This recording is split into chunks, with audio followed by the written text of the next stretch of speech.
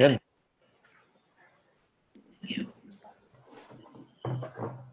Intense in 5 seconds. Live tayo. Oo.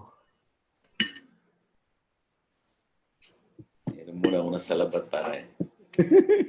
Relax lang naman eh.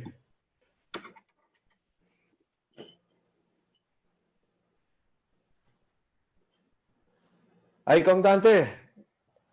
Good afternoon. Kamusta ka na? Hi, Kong Mike. Eto, naka-live na tayo. Kamusta ka?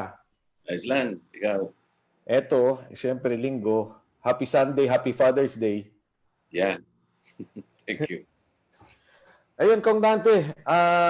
Ito, ilang session hearing na rin tayo regarding ABS-CBN. At ang nakuha nating topics, citizenship, PDRs, yung issue ng 50 years, at yung history ng ABS-CBN. So by next hearing, yung black box, yung sinasabing DigiBox, at saka yung ating usapin tungkol sa labor. So mabigat yun sa labor.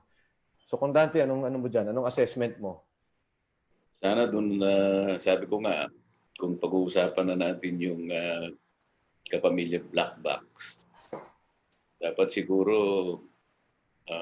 ilagay na rin natin sa pag-uusap yung mga prangkisa ng kanyang mga subsidiaries. Kasi kung makikita mo, yung ginawa nilang kaparaanan para makapag-ere sila, kinuha nila yung Channel 43 na nakaalat sa Amcara yun. Alam mo naman siguro na yung Amcara, subsidiary ng ABS-CBN yan. Doon pa lamang doon sa pagkakagamit ng Channel 43, Mike, ako nakikita ko na may paglabag na doon eh. Kasi kung babasahin mo yung prangkisa nilang pareho, doon pa lamang sa pagkakabili ng mga, palagay ko, yung controlling stocks ng Amcara, di ba nakalagay naman doon, kabisado mo yung mga prangkisa eh. At minero ka naman eh. Ano yung Kinakailangan, Mike, magpaalam ka sa Congress. Doon pa lang eh. Oo. Pagkatapos, bibigyan ka ng prangkisa sang-ayon doon sa sinabi mong istasyon mo, Channel 42. Pagkatapos, paggagamit mo sa iba, meron provision sa kanilang prangkisa na hindi mo basta-basta may papagamit lamang yon. Kakailanganin mo yung hindi lamang siguro yung approval o consent ng Congress, pati yung NTC, kakailanganin mo rin yun. Diba?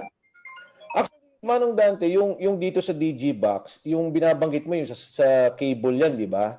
Itong sa DigiBox, meron ka rin mga issue dyan eh. Pero meron lang, batiin ko lang si Richard Yang, nagbumati sa atin. Magandang hapon sa iyo. Kami ni Kong Dante nandito nag-uusap. So, yung babalik ako dun sa DigiBox, yung DigiBox kasi, yun mismo may problema rin. Medyo technical siya kasi dati, di ba, TV lang, air. Nagkaroon ng digital na pwedeng maging digital, mas maganda yung picture ng TV mo. Nung ginawa yun, naging 5 channel. Yun yung nirereklamo mo na hanggang ngayon, gamit yung free air, tuloy-tuloy pa rin. Tapos yung Sky Cable, binanggit mo rin sa akin yan, iba rin yan. Ibang issue yan dahil tama ka eh. Yung kanilang mismong prangkisa, mukhang paso na rin no, sa iyong pag-aaral. Tama, hindi nga may iwasan na doon naman sa paggamit nila ng TV Plus, di ba? Kasi yung pinag-usapan yata na meron silang permit sa NTC, yung migration nila from analog to digital, pinayagan sila ron. Hindi na pinag-uusapan na from free to air to pay-per-view. Ito yung ito yung dapat nating linawin. Pagkatapos, kung papansin niyo, merong umiiral na batas yung presidential decree ni dating Pangulong Marcos. Oh. Mabigat yun. PD 567-A yata yun. Pero nandito sa note ko naman yan eh. Nakalagay doon, Mike, na hindi ka po pwedeng gumamit ng 2 istasyon sa loob ng isang sa isang komunidad o sa isang locality. Okay. Kaya yung PTV4 nila, kung susuy-suyin natin ang kasaysayan, hindi nila nakuha yun eh. Ang pinaglabanan pa sa arbitration yun eh. Tama, oo. Kasi meron na nga siyang Channel 2, kukunin pa niya yung Channel 4. Mm. Ngayon, nung palabas nila yung TV Plus, Mike, Teka, Kadante, yung binabanggit mo na one channel, one franchise, ano to? Ano yung ginamit nila na to? presidential decree yun eh. Hindi, anong stasyon ang ginagamit nila sa ngayon na parang pinagpatong-patong nila yung maraming channel sa isang prangkisa? Yung Sky Cable nila, di ba? TV Plus. Oh, ilang channel yun? Hindi ba 10 na yata yun? Hindi, yung TV Plus kasi, ang nakapasok doon, 5. Yun yung free to air. Yung Sky Cable, kable. Ito yung dalawang issue to bali. Itong Sky Cable, nabanggit mo na rin to sa akin na nakita Kasi nasara na nga yung free to air niya, di ba? Oo. Hindi pwede na yon. Kaya nga ang ginamit nila, kumuha sila tumulay sila doon sa kanilang subsidiary. So Mm. pinalabas nila yung meron kang Cinemo, meron kang Yay, meron kang Knowledge, meron kang O-Shopping, Oo. meron kang Teleradio. Oo. Yan yung Pinasok nila doon yung KBO. Ito yung Kapamilya Box. Ito naman ang pay-per-view. Oo. Paano naman nangyari ito, Mike? Wala naman silang provisional authority or yung tinatawag na provisional license na galing sa NTC. Oo. Oo. Tama. Kaya sabi ko sa iyo, pinakamaganda, hindi lamang tayo pagka pinag-uusapan na natin, hindi lamang yung mother franchise. Kasi kinakailangan umikot na rin doon sa mga prangkisa ng mga anak niya. Tatlo ito eh, Sky Cable, Amcara, at saka yung ABS-CBN Convergence. Nandun lahat, iikot yan eh. Okay. Sa ano ito sa mga cable to lahat. Ito, Ganito kasi yan eh. Yung cable, medyo technical yan, pero iisa-isahin natin kasi tayo naman dalawa, nakikita mo ang style natin. Hindi lang natin kinakausap ang mga kasama natin. oo. Kinakausap natin ang mga mamamayan. Kaya napapansin naman nila sa pagpapaliwanag mo at sa pagpapaliwanag ko, nahalata nila sila ang pinupuntirya natin. Kasi importanteng maunawaan nila ito eh. Malalo na ito, pupunta na tayo sa masyadong technical. Oo. Ang ginagamit nilang justification kasi, nakikita ko rin Mike, yung NTC, may problema rin dito eh. Kasi pagka cable, sabi niya, hindi kumukuha ng prangkisa. Ang ginagamit nila Mike, yung executive order ni Cory Aquino noong 1987. Ito yung executive order 205. Mm. Ngayon, sabi ko, nandun na ako. At kasi sa ating saligang batas, kung babasahin mo yung transitory provision, talaga namang meron pang karapatang gumawa ng batas si President Cory noong panahon na yon habang ang Congress ay hindi pa nakukonvene. Tama. Nakonvene ang 1987 Congress, July 27. Kaya mapapansin mo, yung executive order ni Mrs. Aquino was dated June 30, 1987. Kulang-kulang isang buwan, nakagawa pa siya. Naihabol niya. Parang midnight. Parang midnight executive order ito. Oo. Ngayon, ang hindi napapansin ng NTC, Mike, kung itataas lang nila yung basa nila, kasi ang pinagbabase nila Section 6 ng Transitory Provision, na si Mrs. Aquino pwede pang gumawa ng batas habang hindi nakukonvene ng Congress. Tama naman yun eh. Teka, Kondante para lang dun sa mga nanonood sa atin ngayon, magandang hapon sa inyo lahat. Ang binabanggit mo, ang Sky Cable dapat kumuha ng prangkisa, hindi kumuha ng prangkisa. Hindi. Kasi ang matuwid ng NTC rito, ang pagmamatuwid niya, wala naman prangkisa na kinukuha yan. Sapagat ang kanilang pinagbasihan ng otoridad, yung Executive Order 205 ni Mrs. Aquino. Okay. So batay na dyan sa EO na yan, marami na silang ikinarga doon sa Sky Cable na kung ano nung mga shows, mga At maski sa probinsya, ang totoo niyan, hindi lamang naman ang Sky Cable at ang mga lilit na mga may-ari ng cable companies, yan na rin naman ang kanilang pinagbabasihan. Sabi ko sa kanila, nabanggit mo sa babasahin mo sige. Article 3, Section 3. Article 18 ito, Mike, pagka binasa mo yung saligang batas, nasa bandang huli, transitory provisions na to eh. Oo, oo. Ang sabi ko, doon sa Section 3, nakalagay naman doon, yung mga presidential issuances, kagaya nga itong EO 205, magiging valid lang o operational pa kung hindi magiging inconsistent sa saligang batas. Yun naman na sinabi niya. Okay. Pag binasa mo yung 205, tingin ko, Mike, inconsistent na. Bakit? Eh yung buhay ng Certificate of Authority doon 15 years lang eh. Samantalang yung prangkisa binibigay natin 50 years. Mm. Di ba? Mm. Pero maliwanag, yung saligang batas pinagbabawal ang monopoly. Kapag hindi prangkisa ang kinuha niya dyan, Juan, Mike, balilitaw dito. NTC lang bale ang nagbibigay ng Certificate of Authority. Authority. Pero ang binabanggit mo sa akin nung huli, sabi mo yung Sky Cable, nagpaso na ba o hindi pa? Napaso na ba? Paso na. March 30. March 30 of 2020. Actually, kasing date din ng ABS-CBN kasi yung reckoning date yung publication eh. Kaya ang eksakto siguro May 4 din, 2020. Oh, kasi ako naman ang issue ko yung DigiBox. Yung DigiBox, ang sinabi katulad nga ng binanggit ko dati dahil sa lumang teknolohiya, analog TV. So nung nagkaroon ng high definition, bumibili ka nung yan, TV Plus, DigiBox, ikakabit mo sa TV mo. Kasi ang ginagamit pa rin hangin. Kung ano yung prangkisa ng hangin na ginagamit ng ABS-CBN, yun din yung gagamitan niyang prangkisa sa DigiBox. Eh nangyari nga dahil sa ito'y naging digital, yung isang channel naging 5. Out of yung proseso ng teknolohiya. Talagang ganun yung nangyari. Yung ngayon, doon lumalabas ngayon ang mga programa pa na sa tingin ko, hindi pinapayagan. At sigurado ako na merong violation. Yun yung binabanggit natin na black box at digibox. So, iba siya sa cable na binabanggit mo, Manong Dante. Ito naman yung issue na iti-take up natin sa Tuesday na tungkol dito sa digibox. Na sabi mo nga, bakit yung hangin at nung pinag-usapan natin na siyang prangkisa nila naputol, pero yung ibang programa nagpatuloy. May violation doon. Mike, ang hindi pa masyadong maliwanag sa mga kababayan natin ay yung binigyan sila ng parang demonstration permit lang eh. Ito yung ito yung sinasabi mong kapamilya box office.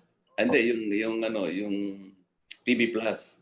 Okay. Ito, demonstration lang, migration kasi from analog to digital. Gagamitin nila yung tinatawag nilang digital terrestrial television. Okay. Ngayon, kung hindi ako nagkakamali doon sa binigyan na permit ng NTC, hanggang June 15 o June 30, 2015 lang. Oo. Bakit naman, inabot na ng 2020, nagpatuloy sila. Tama. Ngayon, kung wala kang permit na binigay ng NTC, sabi niya demonstration lang, pinasukan pa nung KBO mo, na kung saan, kapag ka ikaw, kamukha nung laban ni Manny Pacquiao. Tama, oo. Sumulat sila, Mike. Sumulat sila, kung payagan. Sabi na, ito malinaw yung salita ng NTC. We are advising you to refrain. Tama, oo. Hanggat hindi pa kami kanya nakagagawa Ng ng guideline. guidelines. Tama. Ganito yung nangyayari. Tingnan mo balikan mo yung Mike,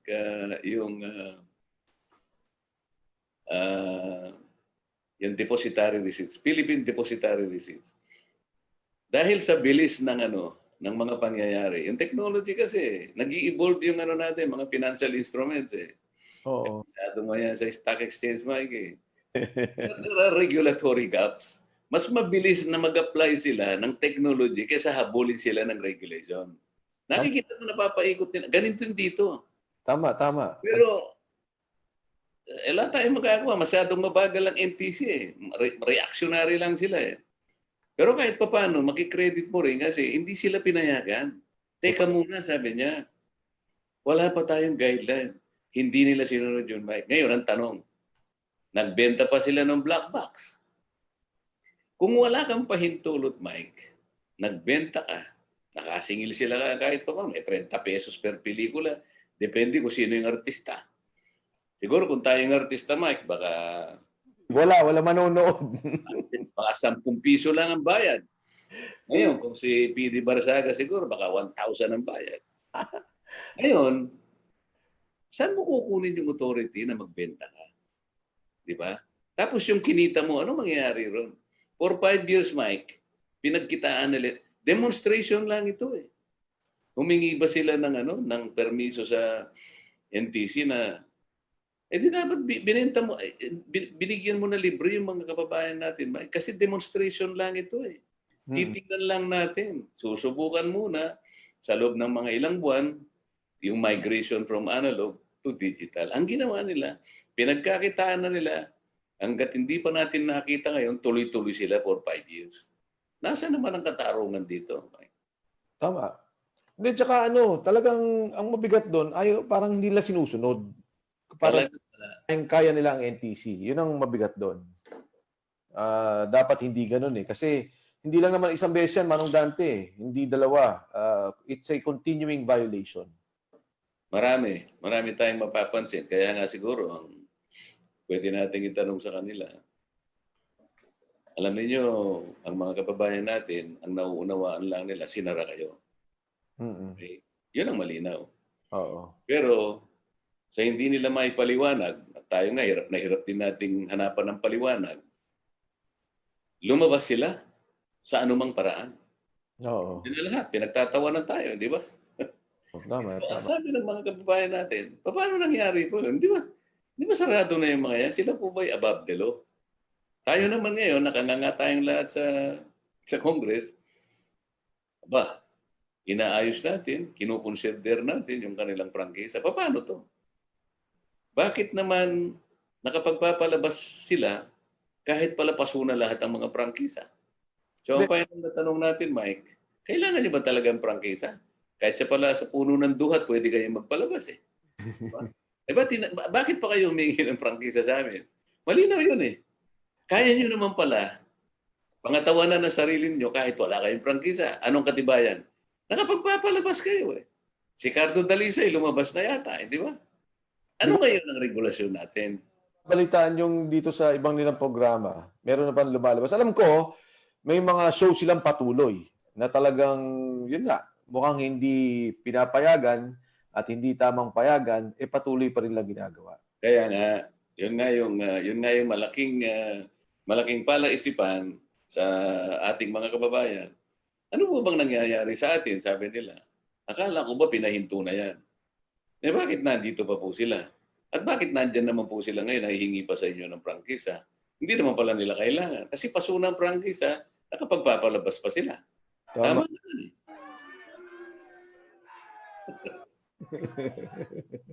Paano gagawin mo ngayon dyan? Ngayon, may pinalabas na yata silang mga... Pero ang preliminary, nakita ko yung pinadala ng... May tanong ako sa iyo. Ito, critical to. Yung mga pinagdaanan nating mga question, yung 3 doon, 4, ay mga problemang pang-konstitusyonal ukol sa saligang batas. Oh.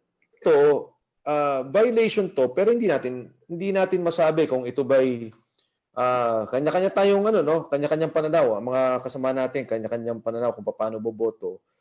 Kung ito ba'y violation, isang violation na sapat para hindi bigyan ng prangkisa ang ABS-CBN. O ito ba'y violation na pwedeng parusahan sila, pagsabihan, ayusin yung provision ng kanilang prangkisa para hindi nila ulitin. Pero ang mabigat din sa akin dito, yung ugali nga, na hindi lang isang beses. Para bang sa driving, binigyan kang lisensya, di ba? 1, 2, 3, pang-4, tinatanggalan ka muna ng lisensya. Dapat yun ay tingnan din ng ating mga kasamahan. Mike, kasi although ang talagang pinaka-issue yung prangkisa nila, pilitaw naman nila na pati prangkisa nila, hindi naman nila pinagbuti talaga, napakaraming paglabag. Iisa-isahin natin yan. Pero hindi natin may iwasan na hanapan din sila ng katwiran kung sila bibigyan pa natin ng prangkisa. Oo. Sapagkat saligang batas ang pinag-uusapan natin eh. Yung Oh, kahalagahan kasi ng isang pribilehiyo na kailangan mong ingatan. Kung ang Constitution hindi mo ginagalang, bibigyan pa kita ng prangkisa. oo. Kung yung halimbawa, pinakamataas na opisyal ninyo, hindi niya malaman kung i-renounce niyo o hindi. Halos ipagdikdikan mo na nga, Mike, nakikita kita eh.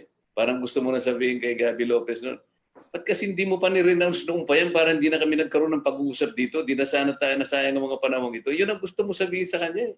Pero actually, Manong Dante, kasi nga naman, hindi naman natin siya masisi na ipinanganak sa Estados Unidos at ang magulang niya Pilipino. Pero yung, alam mo, yung pribilehong yun, at ikaw naman ang presidente ng ABS-CBN, parang napakadaling, di ba? Lalo na yung kasaysayan nung nangyari sa EDSA, sinasabi. Oy, pero ikaklaro ko lang pala, hindi, pabayaan na muna yan sa topic ng sa EDSA. Pero yun lang sa akin, ang daling sabihin na lang niya na, I will just maintain a Filipino citizenship sapagkat siya nga yung sa ABS-CBN. Yun sa akin, parang value judgment kung ano yung. Kasi di ba may mga renunciation eh. Pagka nag-apply ka ng passport, pagka may ginawa kang papeles, nagre-renounce ka ng Republika ng Pilipinas eh. May mga pinipirmahan kang ganun eh. Hindi na sana umabot sa ganun. Tama. At saka kung maalala mo, ikaw ang nagtanong. Naisip mo ba nga mo? Naalala ko yung tanong mo, napakaganda nun eh.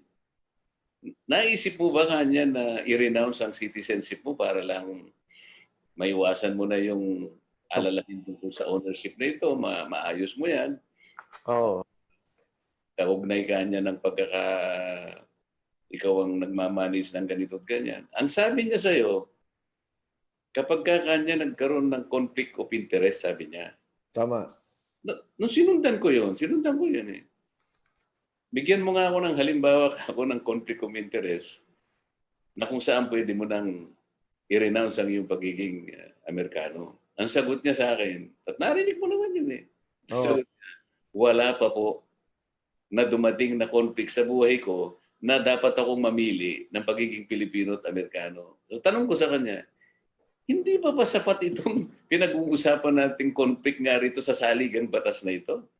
Hindi mo naman na ang dami na natin pagkakataong ibinigay sa kanya para malinawan niya sa sarili niya, mahanap niya sa puso niya, matagal mo na dapat ginawa ito. Saan ka na pagkatapos hihingi siya ng prangkisa sa'yo? Yun lang, hindi niya kayang sabihin, matagal ko na pong renounce ito sa buhay ko. Kasi Ito ganyan. kadante yung debate doon sa Constitution tungkol doon sa dual allegiance. Dual allegiance. Ang binanggit doon ni Senator Ople, yung mga Filipino-Chinese, no, taga-Taiwanese, na nagpupunta doon sa festival, Sun Yat-sen Festival sa Taiwan. At pagkatapos doon, tumatayo sila, sumusumpa sila. Nagpe-pledge of allegiance doon sa bansa ng Taiwan. No? Yun lang yung naging batayan niya. Sabi niya, ito yung mga dapat nating tingnan. At yun nga, kaya nga nung binanggit ko yung pagpirma na nire-renounce mo yung ibang estado, ibang bansa, at ikaw ay para bang nagpapakita ka lang ng allegiance sa Estados Unidos, yun pirma Pumipirma ka sa ganong acts of conditions ng passport renewal. Tama. Ginamit na halimbawa ni Senador Ople yung tayo mga Pilipinong Chinese noon. Dahil yun ang pinakamalapit doon sa kanilang panahon. Ang daming Filipino-Chinese doon na namumuhunan. Yung capital flight na pupunta na sa Taiwan, hindi natin nagagamit sa bansa natin. So nakikita niya, this might result to economic stagnation and even social unrest in our country. Kaya sabi niya, this is more threatening. Doon niya sinabi na talagang ang dual allegiance. Kaya nga siyang pumilit, tama ka ron eh. Siya pilit para mailagay yung particular provision.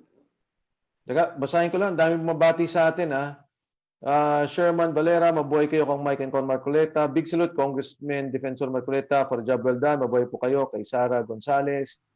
Kay Fede Castro. Naku, pwede ko ba sabihin ito? May dementia daw kasi yung karamihan ng mga taga-ABS. Laging I can't recall. Sabi. Tapos, ayan, mga bumabati sa atin.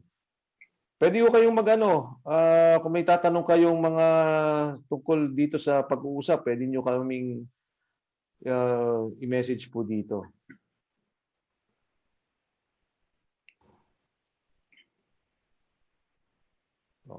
Yes, kung Marco. Hindi, yung sana yung mabalikan natin yung dahil pinipilit nila nga na wala silang record doon sa reacquisition ng ABS-CBN. Mabuti na lang nandun pala yung PCGG. Siya mismo ang nag-amin na yung pagkakasoli namin sa inyo, it was a temporary use and possession of those facilities. Yan, mabigat yan. Yan. Subject to the adjudication and final determination of ownership. Malinaw yun, Mike. Naka-record yun. Tama, tama. Kaya nahanapin natin records ng proceedings. Tama. Kaya nga, ayaw lang nilang, kasi di pa ako tapos doon eh. Oo. Sinabi nila, dalawa yung arbitral agreements. Totoo yun. Okay. Yung una ay nakasalig lamang doon sa pagmeme-ari. Yung pangalawa, ito na yung claims ng rentals. Ang pinalilitaw lang nila, yung compromise agreement, yung sa pangalawang arbitration agreement. Dalawa kasi yan eh. Tama. Pero yung sa ownership, Mike, yun ang ayaw nilang ilitaw. Tama. Tama. Tama. Hindi, ang maganda doon sa ni-raise mo kasi, yung arbitration from 1986, sa panahon ng Pangulong Cory Aquino, hindi nila natapos ng 1992. Wala nga silang pinagtapusan. Wala. Ano lang ipakita ngayon yung pangalawang arbitration agreement involving the claims of the parties from each other. Oo, at ito pa yung Ang mapapansin mo, yung pangalawang agreement to arbitrate, di walang notaryo eh, walang pirma eh. Yung kopya ko, ewan ko kung bakit nila binigay yun. alin yun? Ano yun? Saan doon? Dalawa yung agreements to arbitrate. Una, yung tungkol sa pagmeme-ari. Kailangan patunayan nila. Nakalagay pa nga ron, yung ABS-CBN should file its claims formally, ganito, ganyan. Pagkatapos, may position paper ang government. Alam mo, pati yung fee ng arbiter at saka yung mga members, share pa sila ng bayad eh. Ganyan ang arbitration kasi, Mike eh. Limbawa, tayong dalawa, nag-away tayo. Tama. O yung may-ari ng mga lugar na minimina mo, ako ang ganyan. Sa nag-arbitrate tayo, pipili tayo ng arbiter para silang mamagitan sa dispute natin. Pati yung bayad, kunyari 1 million ang bayad sa arbitration, tigpa 500,000 tayo. Tama. Nakalagay lahat doon. Oo, nakita ko yun. Bakit walang pinagtapusan yung unang arbitration? Yung pangalawa lang ang pinipilit nila. Oo. Kasi ito eh. Ang pangalawa, nangyari 1993. 1993. Pero walang notaryo, walang pirma yung kopya ko. Yung isa lang ang merong malabong-malabo pero nakikita ko may pirma talaga. Nataka ko, walang papeles. Kaya, sagutin ko lang si Congressman Bimbo Quezologa. Sige, Kadan, tuloy lang po. Pinapakinggan ko kayo.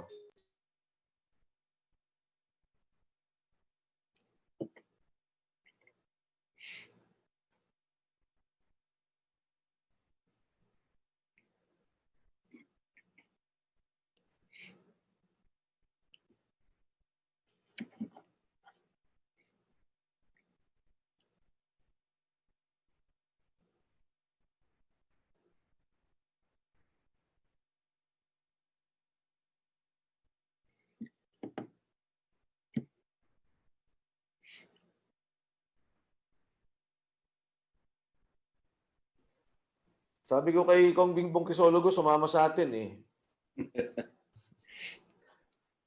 Anyway, yes, Manang Dan.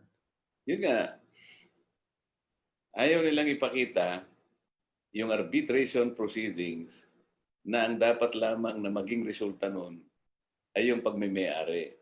Tama. Based on the directive of former President Cory Aquino. Ang pinalilitaw nila, yung pangalawang kopya ng arbitration na kung saan naman ay kinikilala nila ang bawat pagkakautang ng bawat isang partido. O sige, nandun na ako. Pero bago sana natin ma-qualify pati yung claim ng ABS-CBN, dapat sana nakita natin at pinatibayan ng mga pangyayari at saka yung mga dokumentong napagtibay halimbawa sa proceeding, sila talagang may-ari. O pagkatapos noon, saka sila pwedeng makipag-arbitrate.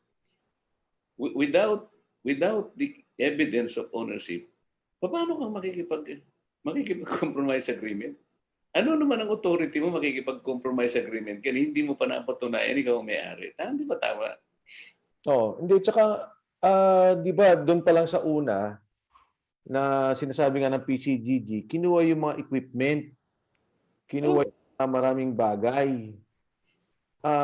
At mismong sila nakipagpirmahan sa PCGG, ang ABS-CBN. Pero doon sa arbitration na pinal, walang pinag-usapan na doon sa mga equipment. Ano nangyari doon? Yun ang hindi ko maano eh. Wala lang yun, tapos na yun. Eh, ang pinag-usapan nitong last, kahit na nga doon sa compromise agreement, puro renta lang eh. Renta. tinulungan mo nga nung umpisa, sabi mo, ba't hindi mo sabihin, hindi naman nawala sa amin ang ano, ba't hindi mo sabihin na mulat-mula pa amin yan. Wala kaming isosoli, wala kaming i-arbitrate. Hindi, Hindi mo nga sagutin niya at kunin niya yung sinasabi mo eh. hindi yung ABS-CBN kanila. Kinuha niya yung linya mo, sasabihin ko, ba't hindi mo napaniwala si Mrs. Aquino na talagang sa iyo yan? Eh bakit siyang nagpasya na makipag-arbitrate kayo para patunayan yung pagmamay-ari ninyo? Oo. Kayo pumirma. At may listahan na sa PCGG. Yung pagpirma lamang nila doon, Mike, nangangahulugan na pumapayag sila na patutunayan nila ang pagmamay-ari nila. Yung pagkakapirma nila, Oo. nangangahulugan na huwag mo munang isipin ikaw may-ari. Patunayan mo muna kasi pumirma ka eh. Arbitration ito eh. Arbitration agreement. Oh. Tama. Tama. So, yun nga nangyari. Yung mismong mga gamit, okay, kaklaro ko lang. Nung sinabi kong from day one sa inyo yan, ang korporasyon ng ABS-CBN. Pero yung gamit doon, hindi ko sinabing sa kanila. Mm. At ilang beses na rin na mula din sa kanila, sinasabi nga nila, binibenta nila. Napag-usapan nila Senator Enrile at hindi naman kinontra ni Attorney Jake Almeida. Dahil totoo naman, mga 2 beses halos ibenta nila yung kanilang korporasyon. Dahil nga naman di natin masisisi. Biruin mo nga, ngayon nga, hindi sila nakakapag-air. Di ba sabi na 3 months, hindi na namin kaya. Pero noong mga panahon na yon, talaga namang kahit nakapag-air sila, saan yung advertisers? Saan sila kukuha ng mga siyempre, di ba, martial law ng panahon na yon, ang pupuntahan yung mga television o yung mga programa na katulad ng RPN 9, yung mga kumbaga government sponsored na mga shows. So itong sa kanila Palagay mo, hindi tinake-over noong 1972. Palagay lang, no? Ibig mo sabihin, hindi na naluma yung mga equipment na yun? Hindi na nag-depreciate hanggang September 1986? So ano yung ginamit nilang makabagong equipment? Hindi na kanila yun. ang number yun, nung panahon na yon, sila RPN 9, BBC 2, yung Channel 4 as a government. Nag-invest na rin sila ng mga equipment doon eh. Oo. Ito nga, Manong Kadan, bakit po ang renta 1.2 million a month? Ang sabi nila, ang value is 1% of the total value. Ang tinitingnan natin dito, minimum 120 million, pero hindi ako niniwalang 120 lang. Oo. Pagkatapos, ang pinakikita lang nila, yung compromise agreement, nung pangalawang agreement to arbitrate, na kung saan, yung claims na lang ang pag-uusapan. Kaya, may tanong lang si Ayaw nilang ipakita. Kung Dante, may tanong si Richard Deang. Sabi niya, di ba nagtanong ka daw doon sa Alpha List? Ano na daw po ba ang nangyari? Ang nangyari, lumilitaw, pati yung kanilang meron silang mga subsidiaries, di ba? Pinagsama sa mga subsidiaries, pero nasa vicinity lang ng 4,000, hindi 11. Palagay ko, kung Dante, medyo malaki pa yung estimate mo, ha? Hindi. Base sa kanila, hindi ko pa nakikita. Pinakita lang na kasi kung ABS-CBN, alisin mo yung subsidiaries, baka tama yung estimate ko na 2,600. Pero yung subsidiaries nila, sinasabi ko nga, pati yung mga domestic corporation, maraming corporation sila, hindi lamang yung sinabi nating Amcara at yung Sky Cable. Marami, oo. Marami. And so on and so forth. Meron silang publication, meron silang paggawa ng mga pelikula, ganito lahat. So lumalabas mga 4,000 lang. At sabi, hanapin ko pa rin, nasa ng 7,000. Okay. Kasi ano ho, si Richard, kung nakikinig ka, nanonood ka, yung alpha list na yun, nasa committee pa. Ang katunayan, inaayos nila lahat kasi syempre, iniisa-isa nila kung batay doon sa mga benefits, kung sino yung mga regular employees at kung ano pa, no? Pero meron nang isinumiti naman yung BIR na rin sa amin. Pero hindi pa natin nakukuha, no, Congressman Dante? Wala pa Nandun nakukuha. kasi masyado marami yung mga papeles. Oh, Pero siguro, kaugnay niyan, Mike, pwede nating sabihin na nakakuha rin ako ng mga dokumento kung sino-sino yung mga empleyado nila na dinimanda ng ABS-CBN at nanalo naman sila hanggang dumating sa Korte Suprema. Hindi totoo na minahal nila yung kanilang mga empleyado. Ang daming mga empleyado na pinag-determinate nila, walang nagawa ang mga empleyado kundi pumunta sa mga korte hanggang umabot sa Korte Suprema. Nakita ko ang mga ibang kaso talagang nanalo ang mga manggagawa. gawa.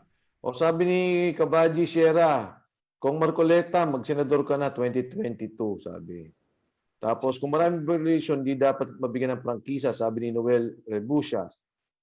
Si Alejandro 14, kung Onyx Crisologo, sumama daw kayo sa diskusyon. O, kung Onyx, welcome pagka pumasok ka. Tapos kay Alfredo I cry. Congrats kong Mike, nasa panin mo kami. Question po, anong mangyari if magkaiba po ang desisyon ng Congress sa Supreme Court if ever lang po? Gandang tanong yan. Paliwanag ko lang yung po sa amin sa Kongreso, ang proseso po namin ay ang ABS-CBN nag-a-apply sa prangkisa. So, to be frank and to be honest, no, kung Dante, you can correct me on this, ito po'y decision, value judgment. Kumbaga'y pananaw ng bawat isa sa amin. Kung ang tingin ng isa nag-violate sa labor, kung ang tingin ng isa nag-violate sa konstitusyon, walang ano to, nasa iyong pananaw kung ano yung tingin mong pagkakamali. Ngayon, ang sa Supreme Court ho, ang nakafile na case dyan yung sa PDR. Yung sinasabing merong pagmamay-aring banyaga. So, pwede hong ano, pwedeng, kasi ako ho, ang paniniwala ko talaga may problema sa PDR. At pangalawa ho, ang paniniwala ko, mabigat pagka ang saligang batas ang violation. Siyempre ho, mabigat talaga yan. And siyempre, yung labor. Bagamat hindi siya constitutional, pag dyan may violation, yan, iba ho ang pananaw ko dyan. Si Kong Dante siguro can say a few words on this. Pagka magkaiba ang Kongreso at Supreme Court. Kasi Mike, ako, ang palagi kong ginagamit na ehemplo lang dyan, yung pagiging special na pribilehyo lang ng prangkisa dyan, Mike. Halimbawa man na iba ang pananaw ng mga ibang kasama natin. O total, nakalabag sa labor, nakalabag ng mga taxation laws natin. Hindi naman nakasalig sa kanilang mga prangkisa. Hindi rin ganun ang appreciation, Mike. Kasi kung babasahin natin ang mga prangkisa nila, nakalagay doon ang pagsunod nila sa mga batas na umiiral. Nasa Section 1 ng ABS-CBN franchise, itong 7966. Ang sabi, base na rin sa ating saligang batas at umiiral na mga batas. So hindi niya maiiwasan na sundin niya talaga yung saligang batas at saka yung mga batas na umiiral bago pa nga yung tingnan yung sarili niyang prangkisa. Walang iniwas at jeepney driver kasi, Mike, sige, halimbawa, marunong siya magmaneho, walang problema dun, di ba? Nakarehistro yung jeep niya. Ang problema lang, kinu-question natin sapagkat paso na pala yung franchise niya o kaya kabit. Nakakabit lang, kabit system. O kaya naman, colorum lang. Colorum. Talagang wala. Oo. Pero yung driver pala napatunayan ng hukuman. Nagdudurog pala, drug addict. Hindi mo i-consider naman yun, Mike. Oo. Sa tingin ko, dahil sa maganda na rin at mayroong co-warrant of petition, palagay ko, maski ang Supreme Court, nakikinig rin sa atin, Mike. Totoo. Timbang na rin ang mga pangyayari. Ayun, yan nasagot yung katanungan mo, Sarah. Yung sabi ni Kong Dante sa akin sa pananaw ko, pagka may mali based on the franchise, palagay ko mali. Ako naman, sa akin, binavalue ko. Ang bawat violation, iba-iba yung karampatang, para sa akin, karampatang parusa. Pero yung constitutional issues, mabigat na mabigat para sa akin yan. So tingnan po natin. Pero again, tama si Kong Dante, in the end, it is a privilege, it is an application. So, kanya-kanyang pananaw ng kasamahan natin. Ito, Good luck po. Ang dami namin natututunan sa inyo, sabi ni Toby Hernandez. Salamat, Toby. Sa tingin niyo po, sir, hanggang kailan po ang hearing abutin? Rough estimate po, sabi ni Naomi Ellis. Go, Mike. Tingin mo. Ako tingin ko magtatagal kami sa sa issue ng labor kasi mabigat po talaga 'yun eh. Marami po mga usapin tungkol doon.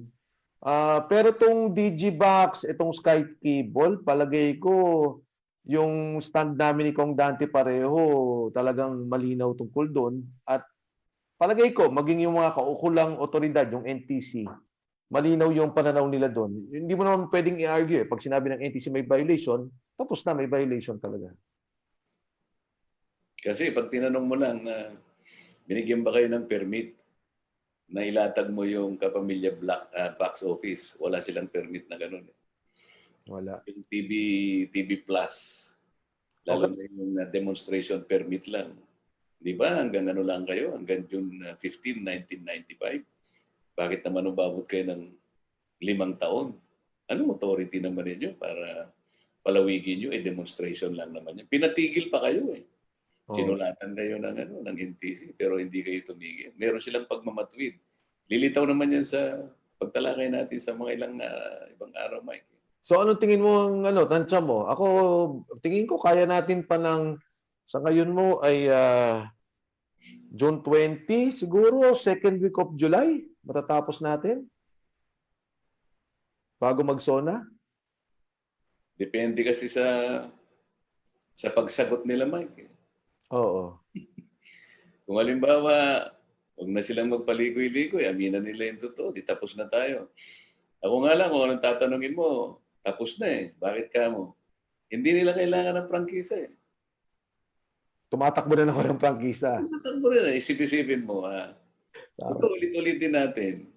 Pinatigil kayo, di ba? Napakasimple lang, Mike eh. Gumawa sila ng paraan. Walang magawa ang NTC. Sa dahon ng kakawate, nakakuha sila ng frequency. Hindi natin alam kung saan nila kinuhugot itong mga ito eh. O ba't mo kakailanganin ng prangkisa? Nakakapagpalabas ka naman pala. Bakit kami nagpapagod dito? Hindi kailangan Hindi kailangan. Kailangan ba mo? Ito, may tanong pa dito si si Gary Kalamucha sa 2022. Salamat. Paano po pala mangyayari kapag napatunayan nakuha nila ang ABS-CBN na malaki ang pagkakautang? Ako talaga, totoo yan. Yan yung ini-establish natin yung last time dahil nga may mga equipment na hindi nakikita. At nagugulat ako dahil walang dokumento, nawawala lahat ng dokumento. Paano discovering may utang ang ABS? Kapag yung dokumento nawawala, isa lang naman ang ibig sabihin yan eh. Talaga bang nawawala o winala mo o talaga wala kang maipakita? Kasi pag pinakita mo, adverse sa interest mo, hindi mo na pakikita. Diba? Naalala ko si Don Claro M. Recto at saka yung isang abogado di Campanilla rin. Pinag-uusapan lang dito, birth certificate, Mike eh. Noon kasi, yung mga abogado, ito pinag-uusapan natin, 1950s, wala pa tayo na ngayon. Si Don Claro, binabanggit mo, mukhang mo. Ang nangyari, kung honorable sila noon, sabi ni Don Claro, sabi niya, meron akong ebidensya, ang usapan natin, birth certificate lang, pag naipakita ko anong mangyayari sa'yo? Sabi nung kalaban niya, kasi honorable ang mga abogado ng Mike eh. Pinakita niya sa kanya yung birth certificate. Pagkatapos pumunta sa banyo, yung matanda, umihi. Di matatalo ngayon si attorney. Si Don Claro? Kinuha niya yung papel, kinain niya. Alam mo kung bakit? Bakit? Pag wala ng dokumento, anong gagawin mo? Pagkatapos, sabi ni Don Claro Recto, Panyero, iniwan ko rito sa mesa eh. Huwag mong pagbibintangan ng ganyan, Panyero. Sabi niya, mabigat ang bintang mo. Tayo lang dalawa rito eh, sabi niya. Kaya nasaan na yung papel? Sabi niya sa korte, Your Honor, I am ready to strip completely. Para lang makita kung ako'y nagsisinungaling. Ayun po. Ang ibig ko sabihin dito, Mike, yung importante yung dokumento. Kung honorable tayo, pakita mo yung dokumento. Tama. Tapos na tayo ron. Problema nga pa, paano natin makikita yung dokumento mula sa arbitration board, maging doon sa PCGG, hindi nga nakikita. Yun ang bigat. Paano ngayon yung salaysay ni Attorney Almeda Lopez na pinatibayan niya? In-approve yung arbitration committee, gumawa sila ng arbitration agreement. Huwag mo naman sabihin hindi tatapusin yun. Pangulo nang nag-utos. May actual na pinirmahan. Meron. Yung first agreement, 1987. 1987 na talagang may equipment. Si Kong Onyx Crisologo, nanonood. Kong Onyx, magandang hapon sa iyo. Pasok ka kung gusto mo Nagkikwentuhan naman. Sabi ni Gary, salamat sa papagpaliwanag. Kay Alejandro 14, magandang hapon sa iyo. Good job, Kong Defensor, Kong Recoleta.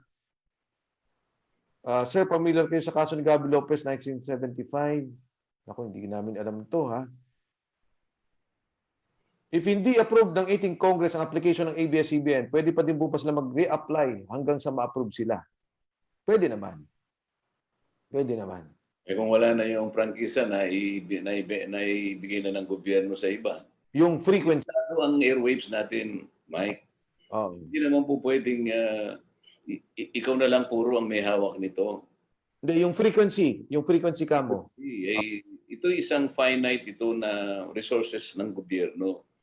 Kung sino ang mapagpilian na deserving at kaya naman yung panagutan yun, pwede nating ibigay sa kanya. At kung mapangalagaan niya yun, pwede nating i-renew ulit, kagaya ng ginagawa natin. Tama. Okay, si Lenore Castillano, watching you from Surigao del Sur. Ako, layo po, salamat po. Tapos, Congressman, iba ba ang prangkisa ng teleradyo ng ABS-CBN? Ito nga, iisa lang ang nila Ito yung free-to-air, Mike. Ito yung 79, anong number na yung prangkisa nilang napasok noong May 4, 2020. Tama. Kung hindi nga nila isinakay yung TV Plus na yan, wala na sana yan. Kasi nga sarado na yun Sa kaso sinasabi nila, kasi po gumagamit ka ng kable, wala pong prangkisa. Ito nga itong mga legal dispute na inaayos natin. Iba pa yung legal dispute, iba pa yung cable, iba pa yung sa TV. Meron pa nga silang ginagamit. Meron silang wireless, meron silang wired. Yung wired, ito yung cable. Yung wireless, iba pa yan. Oo. Kasi paliwanag lang po, yung TV, dati, hangin ang dinadaanan, isang palabas, yung analog, isa rin lang po ang lalabas. Ngayon, nung bumili ka ng TV Plus, kasi yung nagkaroon ng teknolohiya, gumaganda, kaya yung pagpasok ng frequency, pwede 5 ang lumalabas. So, may sarili bang prangkisa ang teleradyo? Wala po. Ang ginagamit niyang frequency ay yung frequency din po ng ABS-CBN. Yun po yung katunayan in-erase ni Congressman Rimulya, pero patuloy pong binabanggit niya ni Congressman Marcoleta. Opisyal sa hearing at maging sa aming pag-uusap, nababanggit po yan. So, ang nangyayari po ngayon, maraming lumalabas kasi doon sa hangin, doon sa frequency na yun. Mike, kasi kailangan ipaliwanag natin, yung analog na frequency ng ABS-CBN, yung channel 2, HF ito. Meron silang channel 23, ito yung UHF. Okay. Pero analog na ito. Ngayon, magmamigrate na sila sa digital. Yes. Kaya binigyan sila ng permit, yung test ba, para lang, kaya lang, kung nasara nga yung ABS-CBN, pinayagan sila na gamitin yung channel 43 ng Amcara. Kaya doon na sabihin na nating nagka-loko-loko yung kanilang prangkisa sapagkat pwede mo bang paggamit yung sa iba? Alam naman ng ABS-CBN hindi pareho, hindi pwede. Kaya lang, nabili niya na yun Yung pagbili niya ng controlling stock, hindi rin naman natin pinayagan. Wala rin permiso yun. Kaya, sari-saring paglabag ito Pagkatapos, sabi ng Presidential Decree na sinasabi ko sa iyo, 576-A yata yun. hindi ka pwedeng magkaroon ng isang channel o higit sa isang istasyon sa loob ng isang lugar. Tama. Yun lamang TV Plus. Sabi ko nga sa'yo, kung binilang mo, 5 eh. Ako 10 nga eh. Pagkatapos pinasok nila dun yung KBO, pay-per-view naman yun. Parehong walang permit. Oh. Ito ho yung maliit na drawing, ngayon ko lang po din drawing. Ito yung antenna nila, tower, yan po yung frequency. Dati ho, yung TV, one channel lang ang lumalabas. Nung nagkaroon ng Digibox ho, dahil naging digital na, naging 5 channels po. Ayan. Wait nila, ito pa ring frequency ho, itong hangin. Yan. Yan ho. Para makita ho ninyo ganyan. Pasensya na kayo, pangit sulat ko. Maganda sulat ni Kong Dante Marcoleta sa akin. O ngayon yung Sky Cable, iba pa 'yon. Ano? Yung Sky Cable kasi iba naman 'yun eh. Yung cable naman ang ginagamit nun eh. Yung Sky Cable kasi, dati, ang pangalan niyan, Central CATV, di ba? Okay. CATV Antenna Television System. Yung system na yan, nakaka-receive ng broadcast sa antenna, pero nire-relay ng cable. Ito Okay. yung problematic area na gusto kong linawin ng NTC. Dahil sabi nga nila, kasi po kanya sa cable, hindi naman kumukuha ng prangkisa. Ginagamit nga nila, yung pinag-uusapan natin kanina, yung executive order ni Mrs. Aquino. Pero ito, disputable ito. Sa palagay ko, inconsistent na siya sa saligang batas dahil prangkisa ang hinihingi natin ngayon, hindi na certificate of authority. Kanina sinasabi mo, yung Sky Cable, walang franchise na kinuha kung hindi dun lamang sa NTC. Di ba? Hindi, iba yung, meron siyang prangkisa pero sa ibang yun. Sa ibang ginagamit niyang mga serbisyo. Pero pagdating sa cable, hindi yung prangkisang ginagamit niya, kung hindi yung Executive Order 205. Maski ng NTC, pinatitibayan nila ito. Oo. So ang gamit ni Sky Cable, wala siyang franchise. Hindi. Meron siyang franchise pero hindi para sa broadcasting. Para hindi sa broadcasting. Para sa... Pero napaso na yon. Ang sinasabi ko nga sa kanila, tama ba ako na ang isang broadcasting company, dalawa ang pagmulan ng kanyang authority, isang prangkisa at saka isang executive order? Ba't parang namang napaka-special nito? Hindi nila nasagot, kaya ang ginawa nila, tumakbo sila sa Solicitor General. Okay. So, siguro mga 10 araw na silang nag-uusap ngayon. Kasi kaya hindi ko, naalala mo, hindi ko na binuksan muli ito mula nung una kong binuksan sa pagdinig natin. Pero nahingi nga ng mga ilang araw yung NTC at kinukonsulta yung OSG. Kaya hindi ko na muna binuksan. Tama. Siguro by next week, palagi ko naman nabigyan na natin sila ng magandang pagkakataon. Baka may magandang paliwanag na sila. Siguro tatanungin na natin sila. Nandiyan naman si Commissioner Cordoba sa Zoom natin. Oo nga. So ito, sabi ni Chu Elena, talagang walang dokumento. Paano kung may Kong Dante pagka matibay ang ebidensya, may violations, nagbotohan, nanalo pa rin at mas marami ang pro-ABS-CBN, mabibigyan ba sila ng prangkisa? Wala tayong magagawa, Mike. Talagang ganun ang buhay. Opo. Ganun po talaga. Pero palagay ko naman, Mike, bago dumating sa punto na yon, sa tingin ko naman nabubuksan na yung karamihan sa atin. At naniniwala ako mas marami sa atin ang nakakakilala ng katwiran. Hindi lang sila kumikibusa ngayon. Hindi, ako Kong Dante mapunta tayo kasi dito nga may nagtatanong din na sana daw unahin yung sa labor. Alam mo, sa ibang bansa, marami doon yung mga kooperatiba na ng mga manggagawa ang nagpapatakbo ng TV station. Ang ibig ko sabihin, di ba, maaaring ganun. Na talagang ang yung mga manggagawa mismo, sila makinabang, patakbuhin nila yung ABS-CBN. Maganda rin yun, no? At maraming matutulungan. At yun ang pagmamay-ari, talagang sa kanila mapupunta. Yung kita sa kanila mapupunta. Tama naman yun Kung meron tayong isang kooperatibang merong technical competence. Kasi tatlong criteria lang naman yan kung Mike yan, di ba? Yung financial competence, legal competence, at saka yung technical competence. Tatlo lang naman ang ipakikita nila. Halimbawa, merong isang kooperatiba ng manggagawa na may mga kakayahan sa pagmamanage ng isang broadcasting company. O, binigay sa kanya ng gobyerno ngayon, binigay na lang natin sa kanya silang magpatakbo. Di ba? Tama. Tama. O, pwede naman natin ipahiram yung opisina mo doon sa may Ortigas. Meron naman Tory yun at may transmitter din. O, Pwede. bakit na lang bang pwedeng kaya rin naman ng mga dalubhasang mga manggagawa na meron ng karanasan dyan. Oh, ito, from General Natividad, Nueva Ecija, congrats po sa DRMB. Wow, dalawang legend. Kamusta mga sir? God bless. Kung Pete. Ako. Iyan lang ang living legend, si Kong Dante Marcoleta. Ako'y alalay lang po niyan. Yan pong link ng Disqualified Info, watching from Doha, Qatar. Wow, dami nanonood from Qatar. Sa ating po mga kababayan yan sa abroad, salamat po. Kwentuhan lang po namin ito ni Kong Dante para kung may mga issue din na hindi naintindihan, mapaliwanagan din po namin. At matagal ko na rin po hindi nasisinagan ang kagwapuan ng aking idol, si Kong Dante Marcoleta. Minsan lang po ngumiti yan. Bakit sila nakapag-ere, sir? Bakit doon sila nakapag-ere, Kong Dante? Ayun nga, kasi sabi ng NTC, pagdating daw sa cable, walang prangkisang hinihingi. Certificate of authority lang. Kaya meron silang certificate of authority at ginagamit nila yung kanilang fiber optics na yan para i-relay dun sa mga probinsya nila siguro. Kasi marami yung certificate of authorities na yan, Mike. Tama. Paano nakapagpapalabas sila. Pero sa tingin ko, tingin ko lang naman, Mike, dahil nung i-point out natin yun 10 days ago, nandun ka naman eh. Tama. Narinig mo naman yun, ikaw ang nagpipreside noon.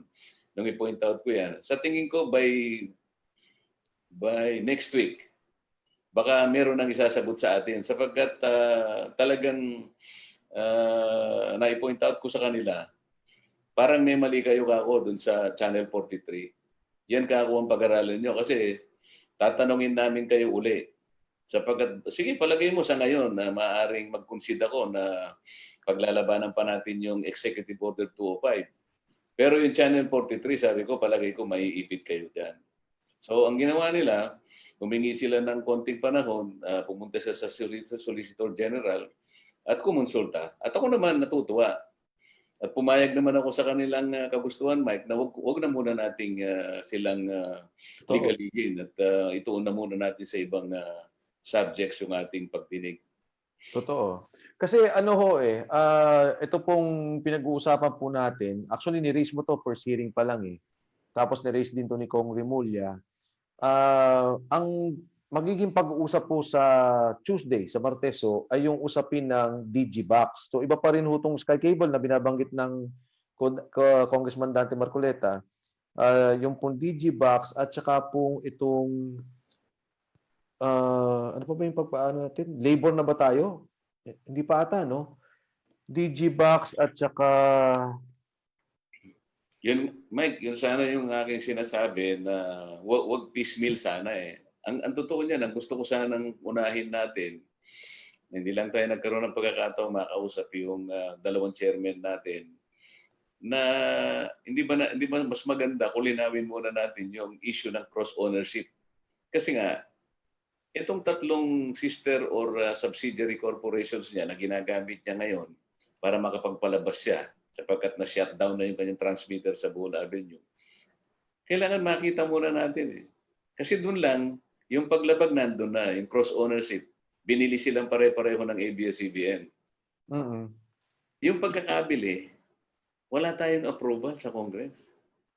Pagkatapos yung paggamit ng prangkisa ng isa sa isa, nandun din sa kanilang prangkisa na hindi po pwedeng i-transfer mo. O di paglabag na naman yon. Pero wala yan sa issue natin, ha? Hindi yan kasama doon sa mga item na... Kaya nga, hindi ko nga malaman kung sino yung nag-aaral kung paano natin ilalatag ng mas maayos ito. Kasi hindi po pwedeng i-isolate yung ABS-CBN. Ito yung parent franchise. Doon sa prangkisa, nung tatlong subsidiaries niya. Hindi kasi alam ng mga kababayan natin, Mike, na 4 na prangkisa ang ipinail dyan. Okay. Leading the franchises of ABS-CBN. Okay.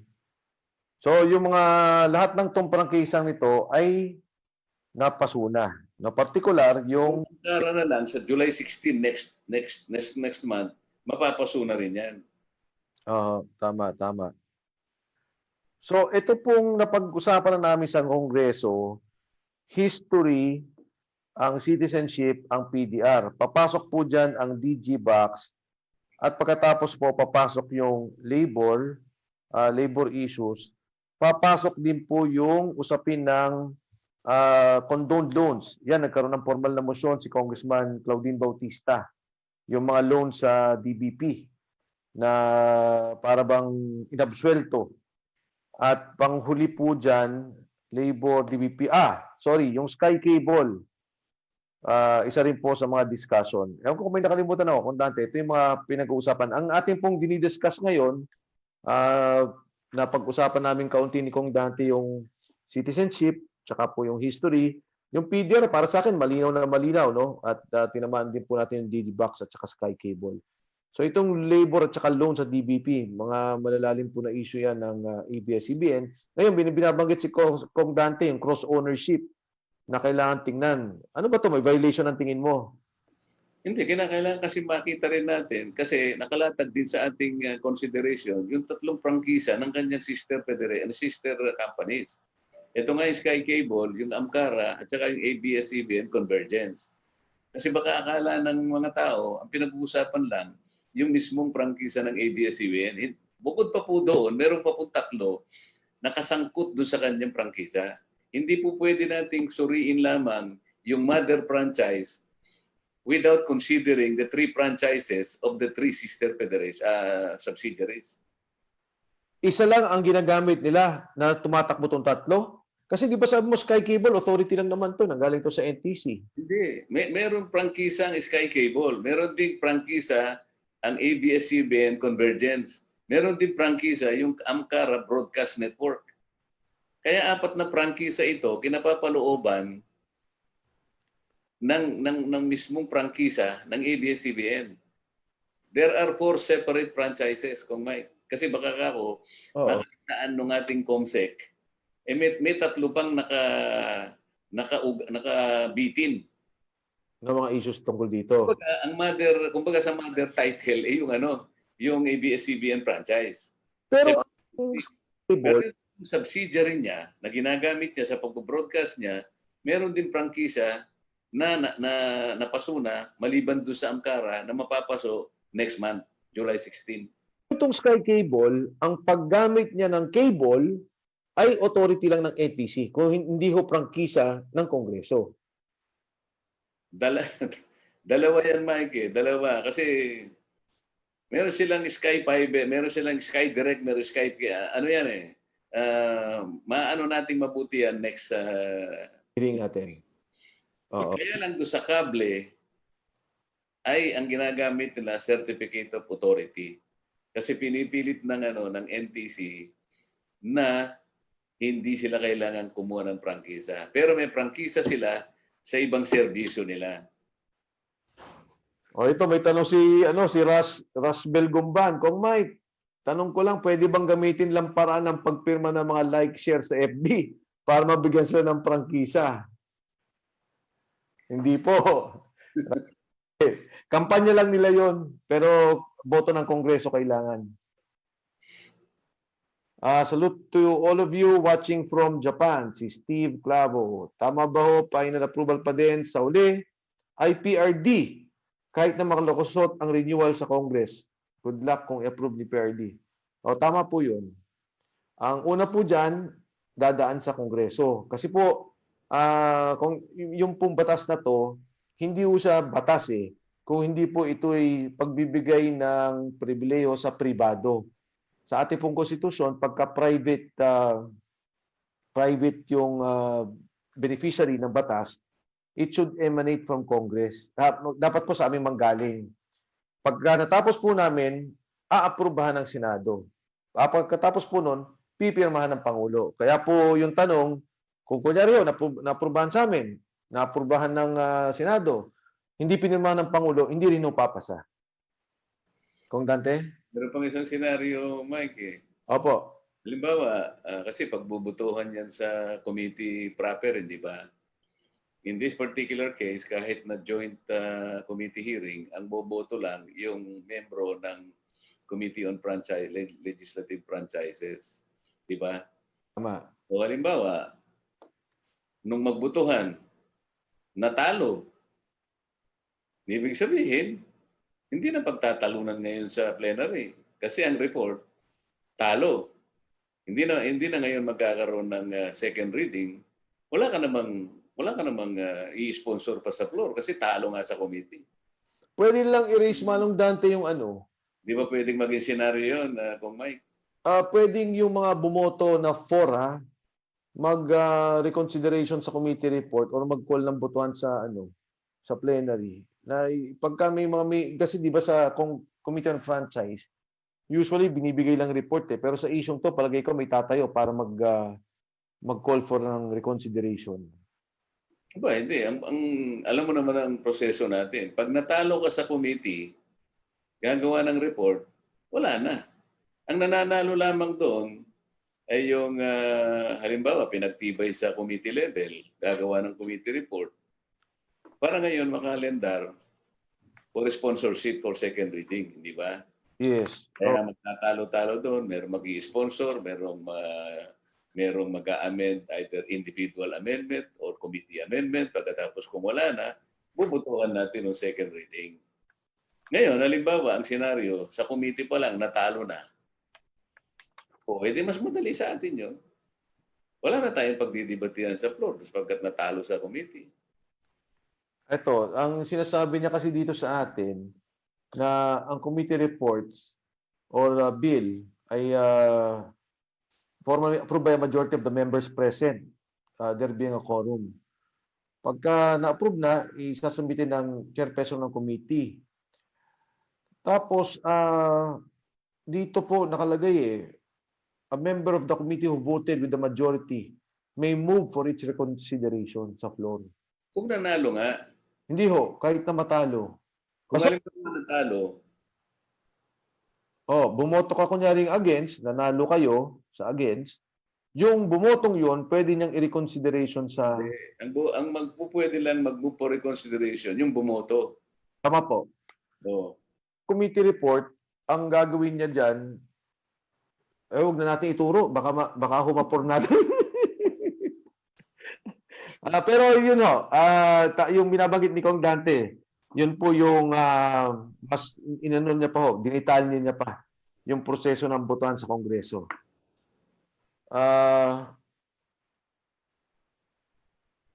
Ito, may tanong po. Si Sarah, Kong Defensor, last time po, you mentioned that you have discovered something in the Meralco after the Maynilad contract. actually, nagsabi yata nun, Mike actually, Sarah, ang nangyayari ngayon, nagkakaroon na ng ang ating Pangulo, ang Department of Justice, binubuo na nila yung pag-aayos ng kontrata. Napakaganda naman ng nagawa ng ating Pangulo. Nagkaroon siya ng pag-amyenda ng kontrata at bababa ang presyo ng ating mga tubig. At syempre, yung pong mga nakikita na mga mali kamalian doon sa provision ng kontrata, pinabago kaagad ni Pangulong Duterte. Pagkatapos po nila yun, isasumitin nila sa amin sa Kongreso. Kasama ko si Kong Dante. Tayo magkasama doon sa issue na yun. Oo nga. Okay, yung Signal TV ng ABC5 Certificate of Authority lang din po. Yung Signal TV daw ng ABC TV5. Kasi ano din to satellite Yun ang sinasabi ni... Kaya, baka kinakausap ng ABS-CBN kasi pwede rin isang sumakay dyan. Dahil nga, yan, hindi pa pasok ang prangkisan yan. Pwede silang kasi cable provider din yan, Kong Mike. So, pwede lang kausapin. Pwede ba akong makisakay sa'yo? Well, meron silang agreement. Papasok na naman tayo doon sa pinag-uusapan natin. Marami pala kayong mga paraan na magagawa para kayo mag-ere. Sabi ko nga, maski sa dahon ng kakawati, kumakain sila para mag-ere. Bakit pa natin bibigyan ng prangkisa? Kaya pa nilang mabuhay ng walang prangkisa.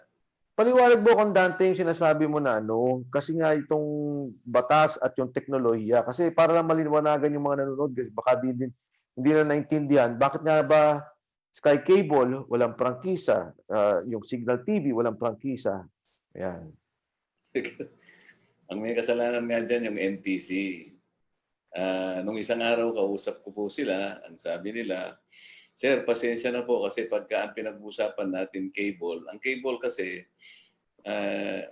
i-relay lang nila yung nakuha nilang broadcast. Okay? Tapos, hahanap sila ng subscriber, doon nila ibebenta yon. Yun doon, sabi niya, sapagkat may batas nga na ginawa ni Mrs. Aquino noong 1987, yun po ang pinanggalingan nila, ang kanilang authority. Bagamat ako, sa palagay ko kako, hindi nila pwedeng gamitin yun sapagkat yung sarili na rin nating saligang batas ang nagsabi, anumang presidential issuances, pwedeng letter of instruction, pwedeng decree, pwedeng executive order, o pwede lamang kanyang gamitin yung mga yan kung hindi sila inconsistent sa saligang batas. So, pinoint out ko sa NTC, palagi ko ako inconsistent na. Unang-una, pinag-uusapan na natin ngayon sa Constitution, prangkisa na. 50 years. Yung batas na ginawa ni Mrs. Aquino, Certificate of Authority, 15 years lang. So sabi ko, consistent pa ba yun? Pangalawa, kung titingnan mo ako yung kauna-unahan nating batas, Commonwealth pa yata yun, 38, 47 yata yun. Maski yung Presidential Decree PD 576-A, pati yung sarili nating Constitution, Mike, bawal ang monopoly. So sinong magre-regulate sa kanila kung halimbawa gagamitin mo yung 205 lang, NTC? Ang magre-regulate, prangkisa, Mike. Ito yung sinasabi ng saligang batas. Kaya sabi ko sa kanya, inconsistent na yan. Huwag nyo nang gagamitin yan. Lahat na sana kumuha ng prangkisa sa Congress. Bakit ba kinakailangan dalawa yung authority niya? Kumuha siya ng prangkisa para sa ibang serbisyo. Sa cable, authority na lang, Mike. Ito yung makikita kong parang mali na rito.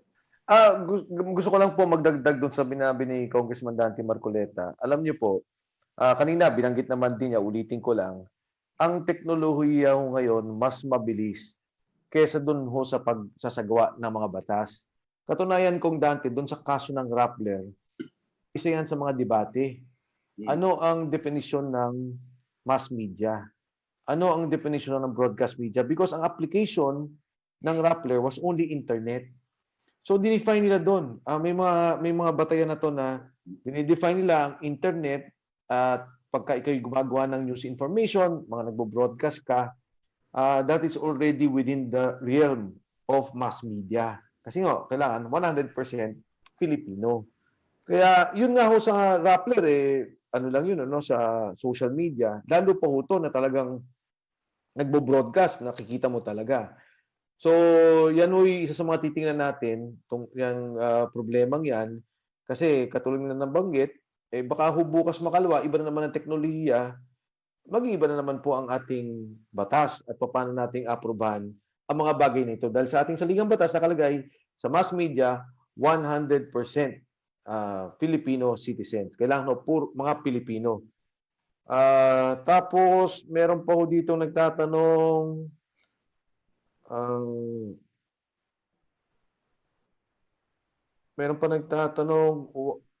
wag mo daw ipasa yung prangkisa. Kung Marcoleta, sabi ni Eric Grabante.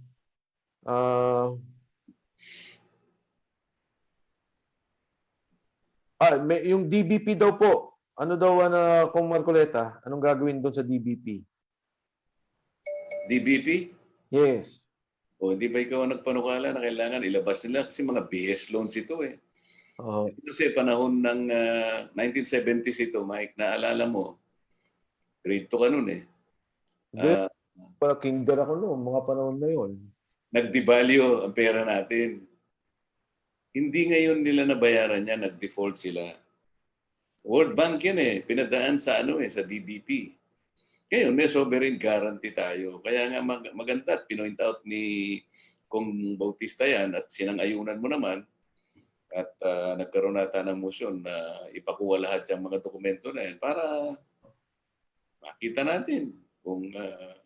Ito kung Dante, ang mga utang nito, 1990s hanggang 2000. 70s.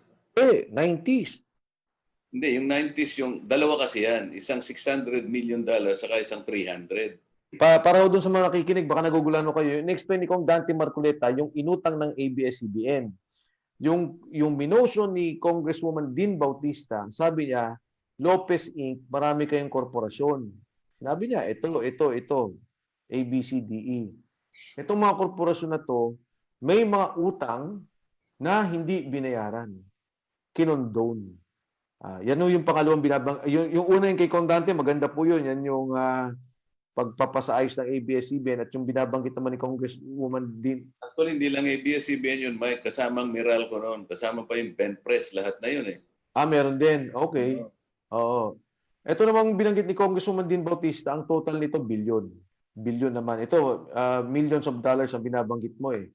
No, ito iba-iba ring kumpanya. Noon pa naman din nilang pagmamay-ari nung prior to martial law. Tama ba, Kong Dan? Ito, pwede pa bang mapatunayan na ABS-CBN ang gobyerno may-ari ng ABS-CBN kay Paula Ramos? Narinig mo ako, Kong Dante? Ano yan? Kung pwede daw bang yung pagmamay-ari ay maibalik sa gobyerno, sa ABS-CBN?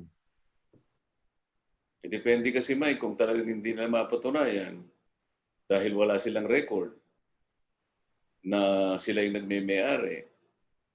Kasi kung sinundan lang nila yung directive ni Mrs. Aquino nag-arbitrate, pakita ninyo yung record. Kung wala kayong record, sabi nga natin, hindi pa sarado ang usapin. Maaring kayo, sinasabi nyo, may kayong may-ari, pero hindi nyo napatunayan na kayong may-ari. Siguro, Mike, hindi na natin pupuntahan yung kung sino, kung kakayanin pangkunin ng gobyerno.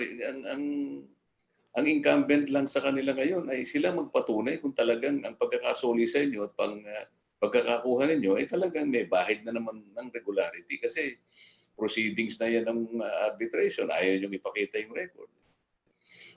Yung po nangyari, inulit namin, noong 1986, nagkaroon po ng arbitration committee.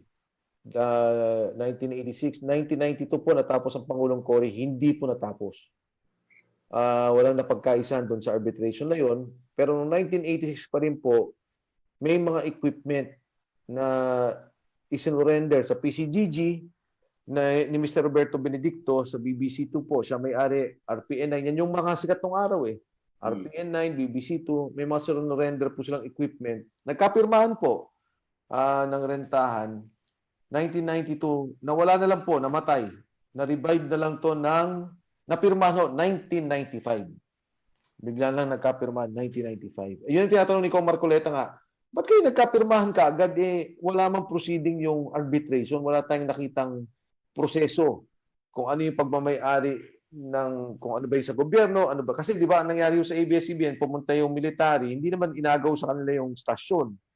Pero bagamat yung ibang provincial stations, pero kung mga 1973, 74, pinatakbo ng RPN9 ng BBC2. Hindi ko na alam kung ano yung naging detalye doon. Pero nagkaroon sila ng siyempre may mga equipment yun. Binago yun, pinaganda yun, no? Pinalakas. At totoo naman hong malaki ang kita ng mga stasyon na yun, ng panahon na yun. Dahil nga naman, martial law. At sila lang ang tumatakbo mga television stations, radio stations. Tama nga. Sapagkat dapat namang isa-isahin natin. Itong building A, kanino to? Building B, o itong C. Equipment A, equipment B, equipment C. Iisa-isahin mo yan eh. Pagkatapos nating ma-determine ngayon, pinakita nila sa pamamagitan ng mga dokumento nila. Magpapasya ngayon yung arbiter, Mike. Ito yung hinahanap ko, yung arbitral award. Ano yan ng ating arbiter. May mga 2 members dun eh. Sa masusi naming pag-aaral, sa mga dokumentong pagmeme-ari na isinumite ng ABS-CBN, ito po ang mga bagay-bagay na napatunayan naming pag-aari nila. Una, pangalawa, 1, 2, 3, 4, 5, 10, halimbawa. Ito naman po yung pag-aari ng gobyerno pala ito, ganito, ganyan-ganyan. So, di malinaw ngayon, alam natin hanggang saan ang kanyang pagmeme-ari, alin yung napunta balik sa gobyerno, at pagkatapos ngayon, makikita ngayong may-ari ka na pala, ikaw palang may-ari dito, pwede mo na ngayong singilin ng gobyerno sapagkat nagamit nila itong pag-aari mo nung ganitong panahon. So, magkakaroon na sila ng compromise agreement, Kong Mike. Yun ang hinahanap nating basihan. Tama, oo, tama. Kasi nga naman, katulad nun, sinabi nila, inagaw sa amin yan, di ba? Hindi naman yung ABS-CBN proper sa bola, pero sa probinsya meron. Nakalagay naman yun sa Letter of Instructions 1A. Pakita lang nila, totoo po, ginamit to. Ito, hindi ginamit. Ito, ginamit. Itong transmitter, wala po yan nung panahon namin. Nilagay po namin yan. Para malinaw, di po ba? Tsaka kung Marcoleta, ang kalaban na dyan, hindi naman RPN9 o BBC, to gobyerno na eh. Kasi isinuko na sa gobyerno yung mga equipment na yun. Tama. Oo. No, tama yung kay Kong Marcoleta, wala ho kami nakitang papel hanggang sa ngayon na Mike, ang nagpatunay pang isa dyan, yung PCGG. Maalala mo, nung papatapos na tayo ron, mabuti nandun siya. Kahit hanap na siya ko ng authority, pinipilit nung abogado nila na yung authority daw nila ay pagkapirma ka ng arbitration agreement. Tinatanong ko nga kung nasa arbitration agreement, wala naman siyang mabasa ron. Ngayon, nung magsalita yung representative ng PCGG, nung tinanong ko kung ano yung authority, yung pong sulat namin kanya, na dinirect namin yung ganito't ganyan, para ngayon, sila ngayon ay magkaroon kanya ng provisional use and occupation of the property. Yeah. But condition upon the final determination of ownership. Yun ang sinabi niya. Determination and adjudication of ownership. Oh. Malinaw yun. Narinig mo naman yung sinabi niya yun. Kaya nung masabi niya, huminto na ako eh. Baka mamaya mag-iba pa ang kanyang kapasya. Diba, salamat na. Thank you very much, Mr. Chair. Oh. Alam mo kung Dante, kaya din siguro nagpumuposisyon ng gano'n ng PCGG. Kasi pwedeng sila para bang as an office, sila sisihin eh. Di ba? Kasing nakakabigay ng duda doon. Ba't hindi sila in-involve? At saka talaga, wala. Sila yung pangunahing opisina kung paano nabalik sa kanila yon. At sila yung nag-submit pa ng proposition o proposal kay Mrs. Aquino na mag-create ng Board of Administrators. Pagkatapos sila ngayon ang walang record. Hindi, pero kung babasahin mo yung compromise agreement, walang nakalagay doon sa equipment. Puro renta-renta, bayad-renta usapan. Kaya kasi yung unang agreement na pinag-uusapan ni ownership, yun ang ayaw na lang ipalitaw. Yung claim na lang nila ng pera, yung pangalawang arbitration agreement yun. Tama. Dalawa kasi yung agreements. Oo. Yung arbitration agreement at yung compromise agreement. Oo. At yung award na pinirmahan nila, arbitration committee ng 92 natapos, walang natapos. Wala. At nangyari na lang nung 95 nagkapirmahan.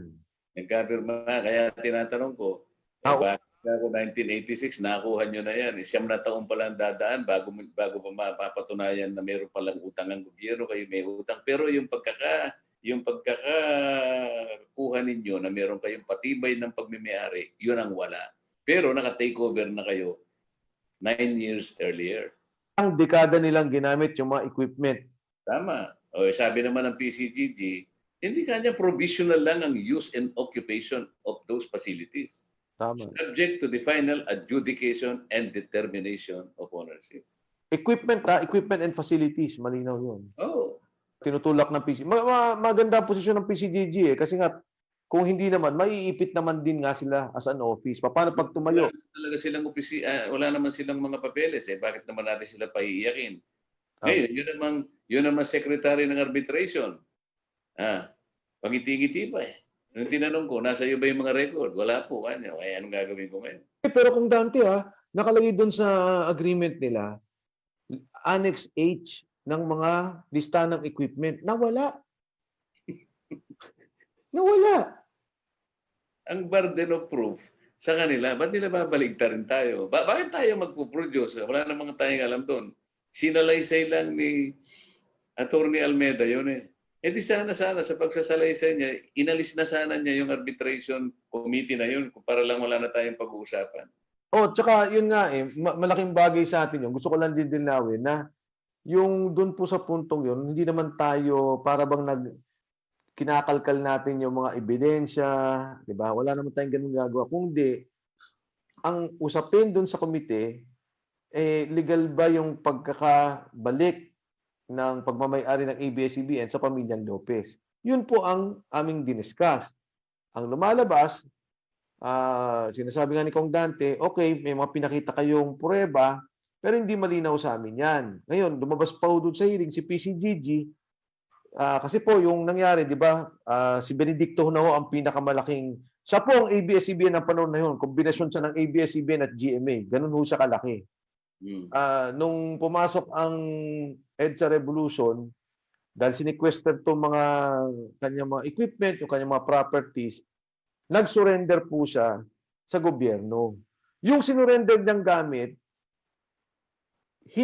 kinuha ng ABS-CBN, nagpirmahan sila ng PCGG. Diba? Nagpirmahan. O amin na yung mga gamit, kami muna gagamit ng mga yan. May listahan pa nga ho doon yun eh. Biglang, yung binabanggit ni Kong Dante, 9 na taon, parang wala lang. Hindi na, di ba? Yun yung, anong nangyari? Kaya sabi nga ni Kong Dante, ilagay mo na, sabihin mo, Tower A sa may Cebu. Ipakita nyo naman yung titulo nyo na inyo talaga yan. Ngayon, kung inyo talaga yan, sino ba nagtayo na ng improvement dyan? Eh kung si Benedicto naman, at ngayon kami na magmamayari, gobyerno, eh siguro naman dapat bayaran nyo kami kahit pa konti-konti. Eh, kumbaga, na-libre lahat, ano po, Kong Dante, na-libre. Yan nangyari nga eh. Di ba meron sila sukli na 21 million na hindi pa naman na-establish ang pagmimayari. Saan ang galing ngayon yung authority na makipag-bargain ka sa gobyerno? Sa ngayon, halimbawa, naharap tayo sa usaping ito. Paano kita bibigyan ng prangkisa? Hindi mo naman napatutunayan hanggang ngayon, ikaw pala ang may-ari niyan. Paano kita bibigyan ng prangkisa? Tama, oo. So, naman, sa aking pananaw dyan, Kong Dante, ang aking punto, okay, sige, yung sinabi ko na naman to, no, sa akin, wala akong nakikitang paglabag sa konstitusyon. Pero yung illegal na pag-transfer ng equipment, mali yun. At kung ganun kaaga pa lang may ganun na tayong problema, at patuloy natin nakikita tong problemang to, yung paggamit ng poder para maitulak yung interest, lalo na ABS-CBN yan, siyempre media yan, mahirap naman po ata.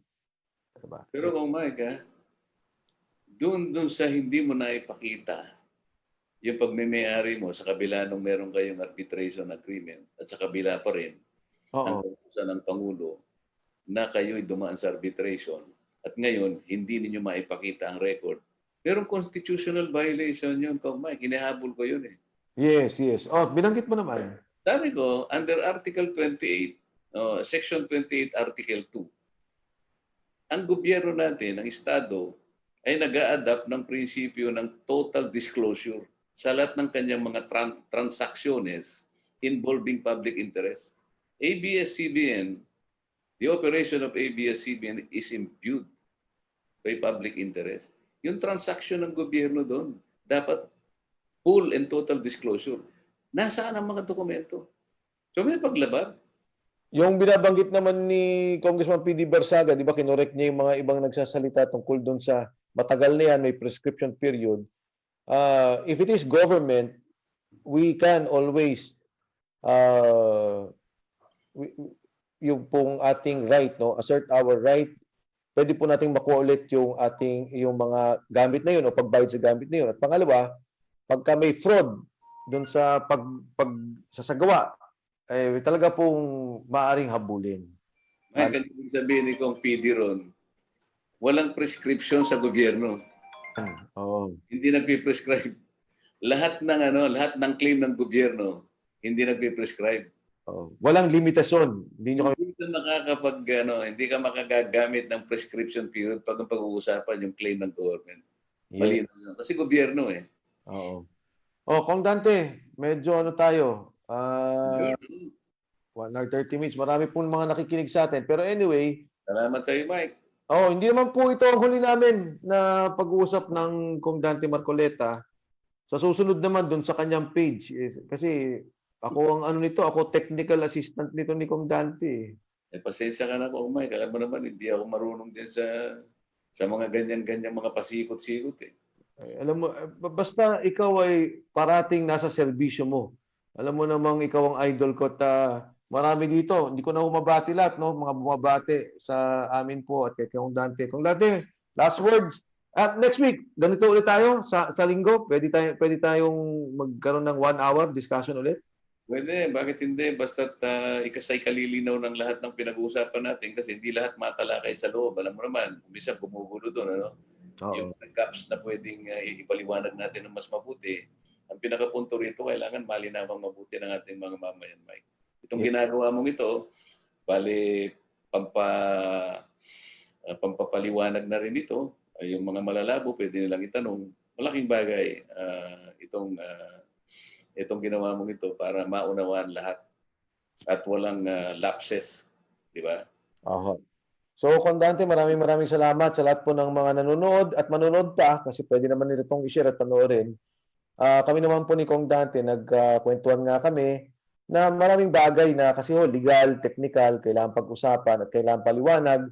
At doon po sa amin sa pagdinig sa komite ng Legislative Franchise at Good Government, kuminsan po maikli yung oras. Maraming mga bagay na dapat ilinaw na hindi naman po namin sinisisi. Talagang gano'n naman po talaga. Maraming mga kasamahan din na gusto magtanong. Pero yun nga po, labas ng aming trabaho sa komite, meron nung kaming ganitong gagawin para mapaliwanag din po ang issue sa ating mga taong bayan at kayo makapagtanong at mailinaw ninyo yung mga bagay-bagay. Marami pong mga tinanong pa dito, yung daw hong PDR, pagka daw dineklara ng illegal ng Supreme Court pero nabigyan ng prangkisa, paano po yun? Well, definitely, ako, paniwala ko, ang PDR is really illegal at pagka ho yan nabigyan ng prangkisa, syempre, kailangan pong tanggalin yung mga PDR nila. Pero mas maganda, ma-decide na yung PDR ngayon pa lang para magkaroon ng guidance po sa amin sa Kongreso. So, kung may sasabihin ka pa, Kong Dante?